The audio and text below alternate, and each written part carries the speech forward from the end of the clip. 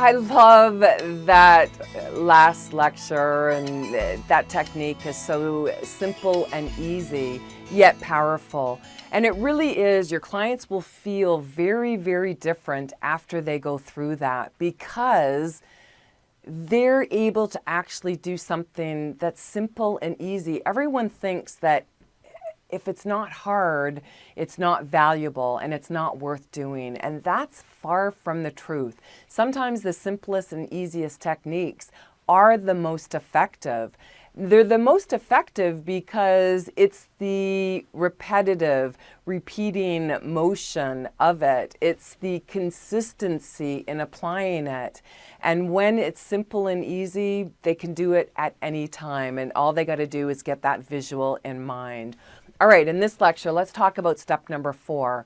For session number 9, all of 10 minutes, and you end with trending performance confidence steps. Performance, this is where your client has an opportunity to apply what they've learned. And your phrasing to begin this step is, now that you have more insight, follow these steps to apply what you've learned. And these are the steps. Now, you don't show them these steps. You don't give them the session guides. They don't see these steps. You are following the questions that I have outlined. And these questions are related to these words, obviously. But it's interesting. And this is where you want your clients to always have that kind of attitude. When they're looking at anything from their past or even present experiences, anytime they're opening up doors to their feelings and fears. Isn't that interesting?